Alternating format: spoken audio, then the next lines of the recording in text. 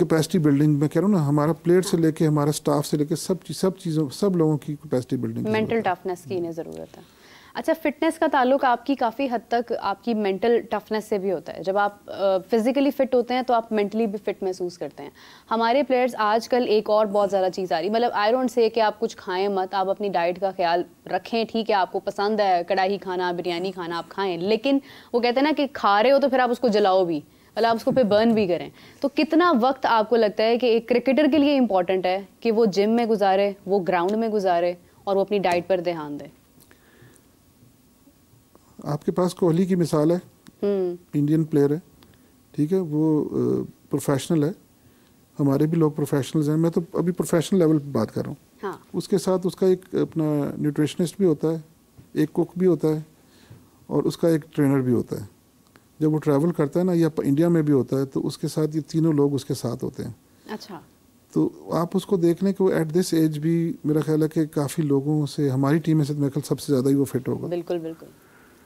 तो हमें जो प्लेयर्स इतने लेवल के ऊपर, मैं निचले लेवल की बात नहीं कर रहा हूँ, रीजनल लेवल में, मैं नेशनल लेवल की बात कर रहा हूँ। बिल्कुल। जब आप इस लेवल पे आ जाते हैं ना, तो you have to spend money on yourself as well. आपको अपनी सेहत पे, अपने ये प्रोग्रामिंग्स के ऊपर, फिटनेस प्रोग्रामिंग्स पे, अपने फूड खाने के ऊपर, न्यूट्रिशनल वैल्यूज़ का पता हो, आप कंसल्ट करें कि क्या मैंने खाना है, किसी न्यूट्रिशनिस्ट से बात करें। ये चीज़ें सारी बहुत ज़रूरी हैं। मैं वही बात करता हूँ, आप एक प्रोफेशनल बन गए हैं, तो ये आपका भी एक जिम्मेदारी है, नॉट ये पीसीबी की जिम्मेदारी नहीं, ये आपकी जिम्मेदारी है, आपकी पर्सनल जिम्मेदारी। तो ये आप उसके ऊपर काम करें। ये बेसिक नॉलेज तो पीसीबी दे, रीजन्स दें, लेकिन जो प्रोफेशनल हैं उनको खुद इस पे काम करना चाहिए। दूसरा जो है ना, बेसिक नॉलेज इन चीज़ों की जो आप बात कर रही हैं, ये रीजनल लेवल से शुरू हो जानी चाहिए। बिल्कुल सही बात है। ताकि इनको आगे आने वाला वक्त यही है। अब इनको जब आप इस चीज़ की अवेयरनेस नहीं देंगे, ये लोग, ठीक है, हमारा एक कल्चर है, वहाँ से कढ़ाई भी खानी है, वहाँ से हलीम भी खानी है, हमने वहाँ से वो फलां चीज़ें भी खानी है। हाँ। ये चीज़ों में डेफिनेटली न्यूट्रिशनल वैल्यूज़ हैं, लेकिन कितनी खानी है, मेरी रिक्वायरमेंट क्या है, और मैं क्या खाऊंगा तो मेरी जो है ना परफॉर्मेंस ज़्यादा बेहतर होगी, क्या खाऊंगा तो मेरी इंजरीज से मैं बचा रहूँगा, या मैं, मतलब ये चीज़ें सारी हैं जो उनको बताने की ज़रूरत है। तो ये अगर हम उनको नहीं बताएंगे ना, तो मेरा ख्याल है कि वो फिर उनका वो माइंडसेट ही नहीं है, वो तो वो सोच भी नहीं सकते, बस वो कहते हैं खाना है। बिल्कुल। लेकिन अभी पीसीबी ने एक चीज़ अच्छी की हुई है कि जो खाने की जो मेन्यूज़ है ना, हाँ। उसमें कुछ जो हम रीजनल लेवल के ऊपर देते हैं, उसमें हम कोशिश ये करते हैं कि इनको हेल्दी खाना दिया जाए। वो वाले जो खाने हैं ना, वो ना दिए जाएं, ताकि ये अपना हेल्दी खाना खा के उसको ये मैच खेलें, ताकि इनकी कुछ ये डेवलप तो हो ना, ये जो आदतें हैं। मुझे याद है कि मैं भी एक हेल्थ क्लब चलाता हूँ, तो वो मेरे पास वसीम अकरम के दौर के कुछ प्लेयर आते थे, उस वक्त मेरे पास ही ट्रेनिंग करते थे। अच्छा। तो एक प्लेयर थे जो बाहर से आए, तो उन्होंने कहा कि जी वो बीमार हो गए, वो पाकिस्तान वापस आ गए, तो ट्रेनिंग के लिए आए। तो मैंने कहा आप क्यों वापस आ गए? कहते हैं भाईजान उत्थे सिर्फ पिज़्ज़ा ही मिलता सी, मैं तो और कुछ खा ही नहीं सकता सी। तो वो मैं कह रहा हूँ ना, वो उस वक्त के दौर में भी हमारा अभी तक वो माइंडसेट जो है ना, वही है। सही बात है। तो अब हमने अब तो खैर लोगों में बहुत चेंज हो गया। यहाँ पे तो हर जगह पे डिफरेंट फूड्स मिलना शुरू हो गए हैं, लेकिन फिर भी हमें अपने आप को, फिर भी चॉइस हमें अपनी बेहतर करने की ज़रूरत है। चूज़ी होना पड़ेगा हमें, थोड़ा सा हमें फिटनेस का ख्याल रखना पड़ेगा। रीजनल लेवल की आपने बात की है, हमारे बच्चे आज जो हैं, स्पेशली अगर हम अंडर 13 देखते हैं, उस हम एज ग्रुप की बात करते हैं, उनका माइंड कैसा है? आपको क्या नज़र आता है कि हमारे पहले के खिलाड़ियों के निस्बत ये बच्चे ज़्यादा एनर्जेटिक हैं, या इनमें ज़्यादा जुनून है कि हमने आगे बढ़ना है, हमने कुछ करना है, अपनी फिटनेस रखनी है, बोलना अच्छा है? देखिए, जो पिछले साल अंडर 13 होती थी, इस साल उन्होंने पीसीबी ने अच्छा किया, उसको अंडर 15 और अंडर 17 कर दिया। जो मैं बच्चों में देख रहा हूँ ना, एक तो बच्चों को शौक बहुत ज़्यादा क्रिकेट खेलने का। बेसिक देखिए, ये वो एज है जिसमें ये इन्होंने बेसिक्स अपनी इम्प्रूव करनी है। आप उनको बता तो सकते हैं, लेकिन हम ज़्यादा उनको चेंज नहीं कर सकते, बिकॉज जहाँ से वो बच्चे आ रहे होते हैं ना, उनको उनकी फैमिलीज़ के भी इश्यूज़ हैं, उनको सिर्फ क्रिकेट ही खेलने दें तो बड़ी बात है, वो उनकी डाइट पे क्या ख्याल करेंगे। तो हम ये उसको ज़्यादा उनको फोर्स नहीं कर रहे होते, कि उनको सिर्फ उनकी स्किल्स के ऊपर ज़्यादा काम करते हैं, उनको बताते हैं कि भाई ये चीज़ें खाओगे तो बेहतर रहोगे, ये चीज़ें नहीं खाओगे तो हमारा नुकसान होगा। लेकिन वो आ जाएं इस और खेलें तो बड़ी बात होती है। दूसरा जो इसमें अच्छे घरों के भी बच्चे खेल रहे हैं जो कि अच्छे हैं, जो और कोशिश भी कर रहे हैं, उनको तो हम पूरी कोशिश करते हैं कि उनको एक पूरा प्लान, ये न्यूट्रिशनल प्लान्स भी मिल जाए, उनको बताया भी जाए। लेकिन आप, मुझे जो लग रहा है कि ये ज़्यादा जो बच्चे हैं ना, हम क्यों ज़्यादा इस पे काम करें कि हमें इस एज ग्रुप में ज़्यादा पोटेंशियल नज़र आ रहा है। और इस ये अंडर 15, अंडर 17 और अगर एकदम आप अंडर 19 पे पहुंचते हैं ना, तो वो बच्चे एकदम हमारा ग्राफ नीचे गिर जाता है। हाँ। तो वो वहाँ पे हमें उनको संभालने की ज़रूरत है। अंडर 17 के बाद उनको संभालने की ज़रूरत है और वो पोटेंशियल बच्चों को आगे ले जाने की ज़रूरत है। इसलिए मैं कहता हूँ रीजन्स को उनके ऊपर काम करना चाहिए और उनको आगे लेके जाना चाहिए। बिल्कुल सही है। हमारे साथ जनाब कॉल पर मौजूद हैं साबिक रुकन governing board PCB Nauman Butt साहब, उनसे जानते हैं मौजूदा क्रिकेट हाल। अस्सलाम वालेकुम, कैसे हैं आप? जी मैं खैरियत से हूं, बहुत शुक्रिया। भट्ट साहब, मैच तो देखा होगा आपने कल का भी और वो 91 रन्स वाला भी। जी जी। तो क्या प्रॉब्लम आ रही है हमें? मतलब ये तो कहा जा रहा है कि आप इन खिलाड़ियों को बैक करें, लेकिन जब हम दूसरे ममालिक में देखते हैं, जब उनके कोई नए प्लेयर्स आते हैं तो वो तो सडनली कुछ ऐसा कर जाते हैं कि वो स्टार्स बन जाते हैं, वो इतनी अच्छी परफॉर्मेंसेस दे जाते हैं कि एग्जाम्पल सेट हो जाती है कि ये इनके नए खिलाड़ी हैं, ये इसका डेब्यू है। पाकिस्तान में ऐसा क्यों होता है कि जब भी कोई नया खिलाड़ी आता है तो वो ऐसा खेल पेश करता है कि हमारी उम्मीद ही टूट जाती है कि हमारे फ्यूचर प्लेयर्स तैयार हैं? जी बहुत शुक्रिया साहब का, और खास साहब आपको अस्सलाम वालेकुम। वालेकुम सलाम। आप गुजारिश ये है मैम, जो आपने पूछा है कि जो पाकिस्तान 2 मैच हारा है, उसमें तो मैं इतना ही बस कहूँगा, कहाँ तक सुनोगे, कहाँ तक सुनाओ। और बस हजारों ही किस्से हैं।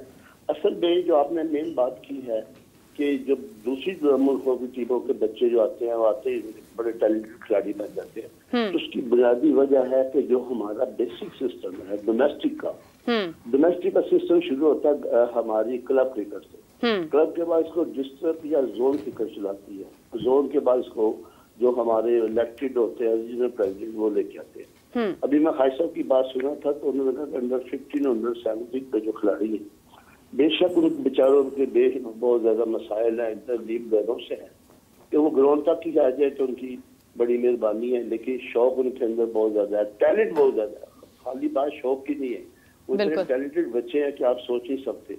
लेकिन क्या किसी ने कभी सोचा वो बच्चे बेचारे 2 केले भी खरीद सकते? 2 केले।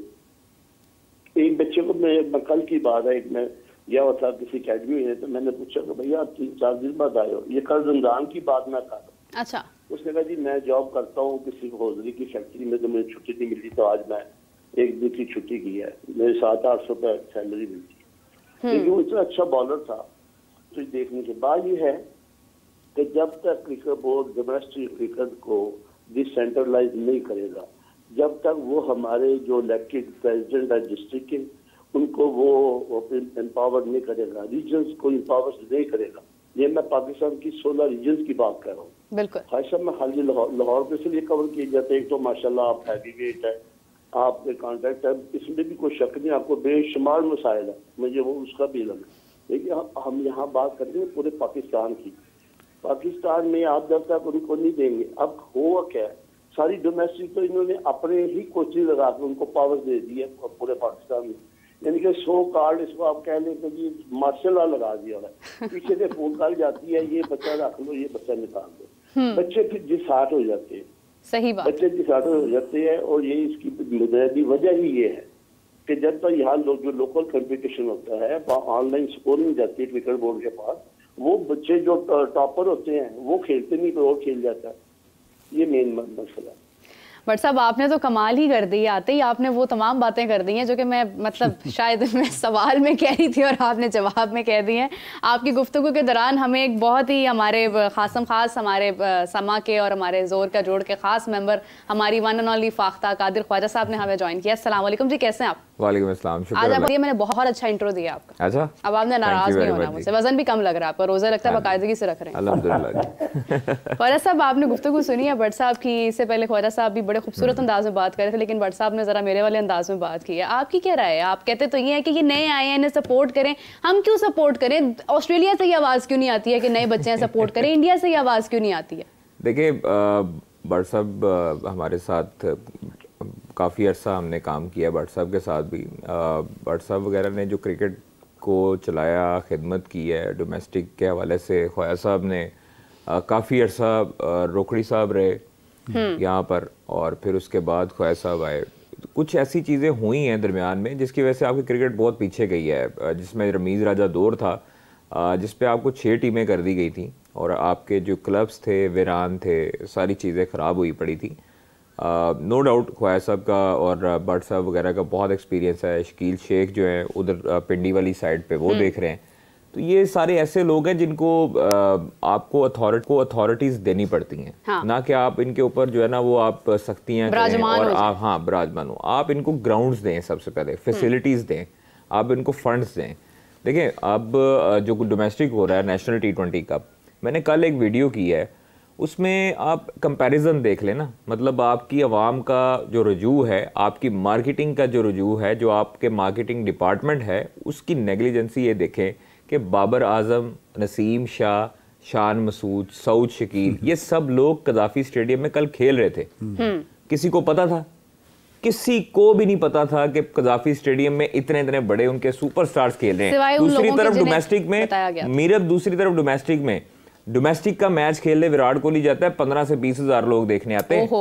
ठीक है, आप लोगों को मार्केट नहीं करना आते अपने प्लेयर्स को, आप लोगों को मार्केट नहीं करने आते अपने स्टेडियम्स को, जिसकी वजह से आप लोग हमेशा से ये पीछे रहे हैं। मैंने कल वीडियो की है, काफियों को चुभी होगी ये वीडियो, क्योंकि उनको मैंने बताया कि भाईजान ये स्टेडियम है और इतनी आवाम बैठी है बाबर आजम को देखने, 30 से 40 लोग थे।